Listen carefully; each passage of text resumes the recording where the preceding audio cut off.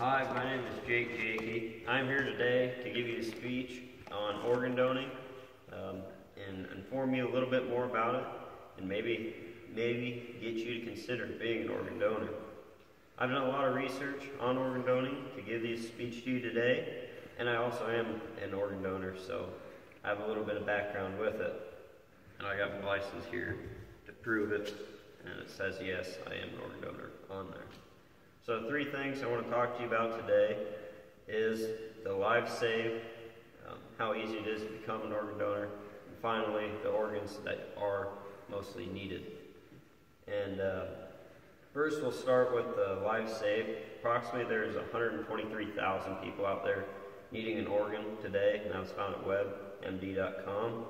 So compare that to our school district size.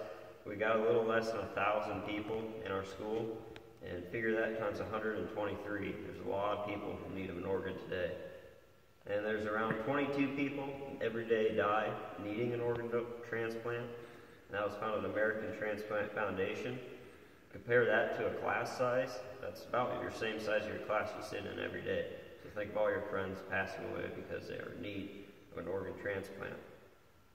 So every 10 minutes, there's another person added to that list in need of an organ transplant. So take that times 6, there'd be 6 people per hour, times 24, there's 144 people die in need of an organ transplant every day. So overall, there's been, since 1988 in the U.S., 650,000 people cured from an organ transplant. And that was found at the American Transplant Foundation also. Think in terms of money, that would be a lot of money. So, big numbers. Understanding that lives can be saved, and it is very easy to become a donor. So become one. So first, you have to be 18 years or older to become an organ donor by yourself. You can become an organ donor younger than 18, but you have to have your parents' permission. Both these were found at webmd.com. And you will receive this, you'll receive being an organ donor when you go to get your driver's license. They'll ask you, would you like to be an organ donor? You say yes or no, and it pops up on your card. And to give you a little bit of background, you might be thinking, well, what is organ donating anyway? Well, organ donating is when you decease and you still have organs in your body that are capable of helping somebody else out in their body when theirs are failing on them. So it's giving something away to help others in the long run. So now that you know that it's very easy to get it, when you go to get your driver's license, people might say, well, I'm too old to become an organ transplant donor. There's never too old of an age to be an organ transplant donor, and that was found at americantransplant.com or organdonor.gov.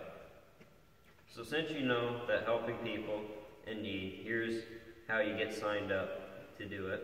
And now you need to know what organs are mostly donated.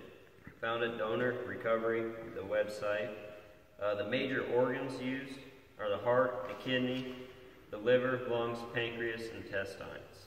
And I've got a sheet here today and I have them highlighted to show which ones are the most, if you guys want to look at that after I'm done today. So not only is organs donated, there's also tissues that are used, and that would be like bones, heart valves, skin, blood vessels, and they can only be made once in the human body. So it's very crucial for people to donate and become donors for that time when we need, or when you decease. So I hope I changed your thoughts a little bit today, so you may consider being an organ donor. I hope I better informed you on the lives saved, how easy it is to become an organ donor, and finally, the organs mostly needed. So there's no better feeling than saving a person's life. Becoming a registered organ donor today would be very useful, and thank you for listening.